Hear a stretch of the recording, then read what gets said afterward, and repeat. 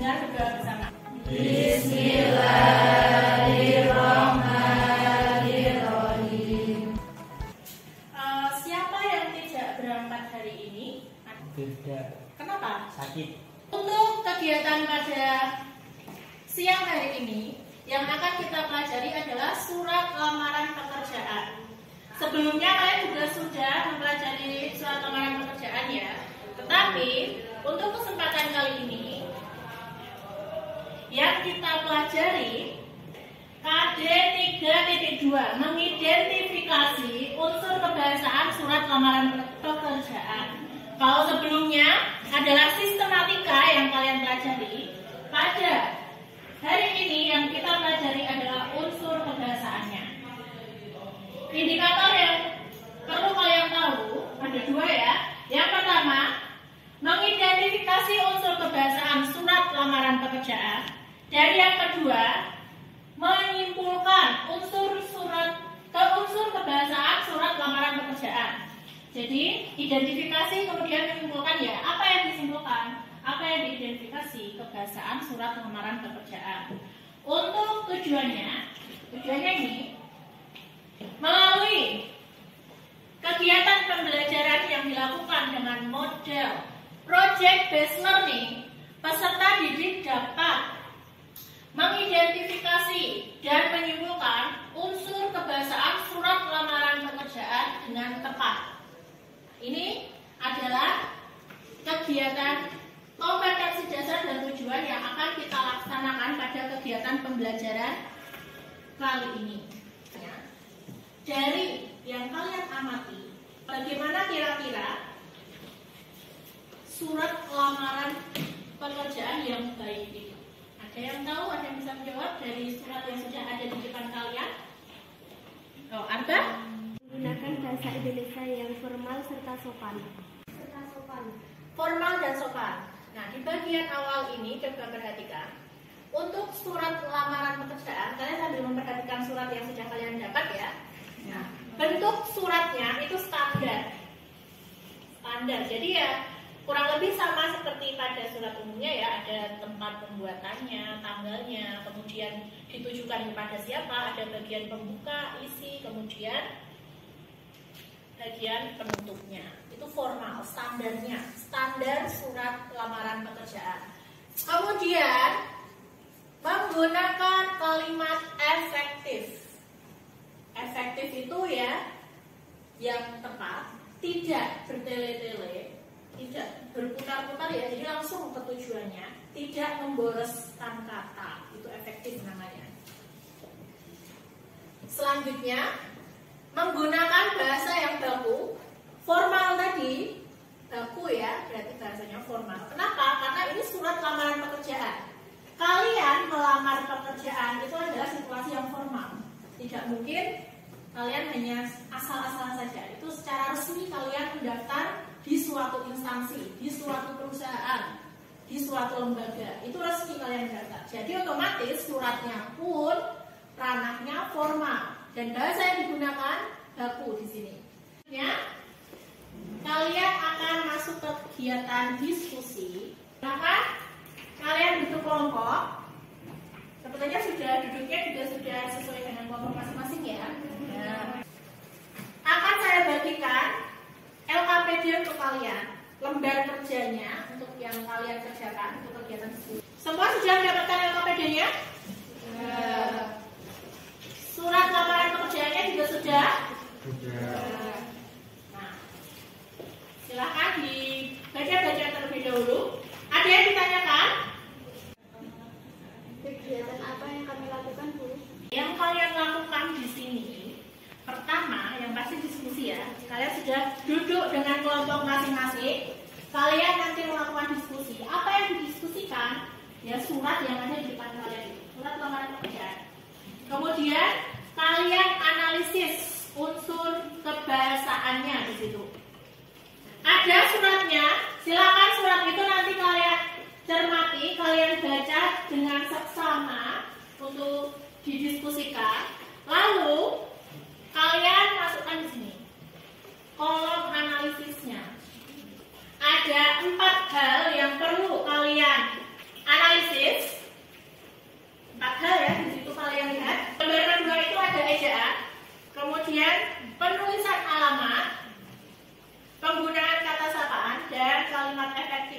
Kemudian nanti secara berkelompok kalian buat kesimpulannya. Nanti presentasinya kalian menyampaikan hasil analisis masing-masing tadi, kemudian menyampaikan kesimpulannya. Sebelum mengerjakan, kita sepakati dulu untuk proyek kita. Proyek akhir kalian adalah menulis surat lamaran pekerjaan secara individu. Jadi karena ini adalah pembelajaran berbasis proyek, kita harus mempunyai kejelasan dulu rencana kita apa saja. Untuk pertemuan pertama ini, jadi kegiatannya analisis ya, agar mempersiapkan kalian menulis surat lamaran pekerjaan. Kalau kalian sudah menganalisis, otomatis nanti kalian lebih paham, oh kebahasaannya seperti apa saja yang perlu dimasukkan ke dalam suratnya, seperti itu.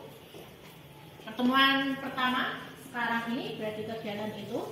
Untuk penulisannya pada pertemuan berikutnya ya, atau mau pertemuan sekarang? Berikutnya. Oke. Berikutnya berarti kurang lebih 1 minggu lagi ya, 1 minggu lagi untuk proyek akhirnya menulis surat lamaran pekerjaan. Jadi kurang lebih nanti perencanaan proyek kita seperti ini. Di pertemuan pertama, ini persiapan dulu ya, persiapan. Ini termasuk proses persiapan kalian juga di sini. Kalian mempersiapkan untuk penyelesaian proyek selanjutnya. Setelah persiapan, penjelasan ya, yang saya lakukan ini penjelasan. Di penjelasan ini bukan berarti saya hanya menjelaskan saja ya. Kalian bisa bertanya di sini nanti. Apa saja yang kira-kira kalian tanyakan bisa masuk di sini di penjelasan. Selanjutnya proses 1. Proses menuju proyek akhir. Ya, yang kalian lakukan ini, diskusi ini termasuk proses. Jadi ini yang kalian lakukan sekarang adalah proses pertama, diskusi.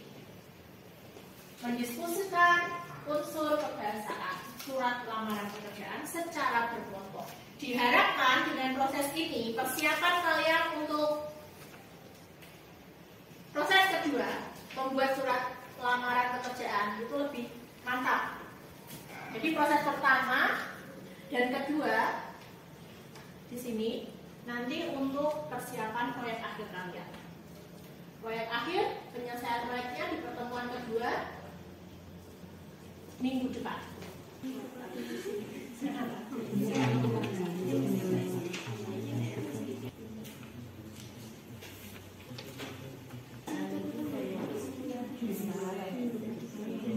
Kalau seperti itu ditulis saja, nanti kan ada konfirmasi di pas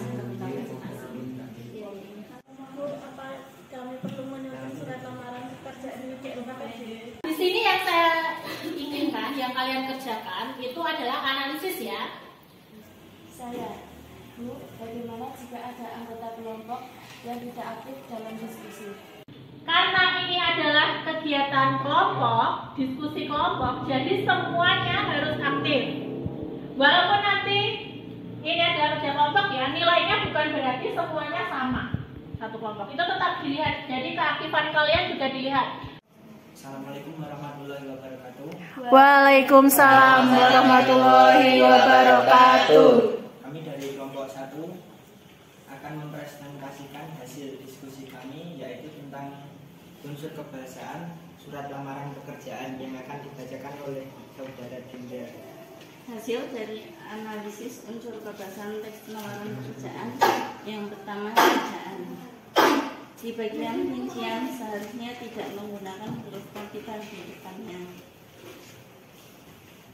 Untuk penulisan alamat, kata kepada seharusnya tidak dicantumkan karena tidak efektif dan bukan kata sapaan. Dan yang ketiga, penggunaan kata sapaan. Sudah benar karena kata bapak, ibu, dan saya sudah digunakan atau terserah. Yang keempat, kalimat efektif. Di bagian penulisan, alamat kata kepada seharusnya tidak digunakan karena tidak efektif. Di bagian penutup, kata terima kasih banyak seharusnya tidak digunakan karena tidak efektif dan seharusnya terima kasih saja sudah cukup. Dan kesimpulan akan dibacakan oleh Asli. Jadi kesimpulannya adalah yang pertama, surat lamaran pekerjaan harus menggunakan bentuk surat standar. Yang kedua, surat lamaran pekerjaan harus menggunakan bahasa yang baik dan benar. Yang ketiga, surat lamaran pekerjaan harus menggunakan kata-kata yang sopan. Yang keempat, surat lamaran pekerjaan harus menggunakan kata pengantar yang jelas, singkat, padat, informatif, dan tepat sasaran.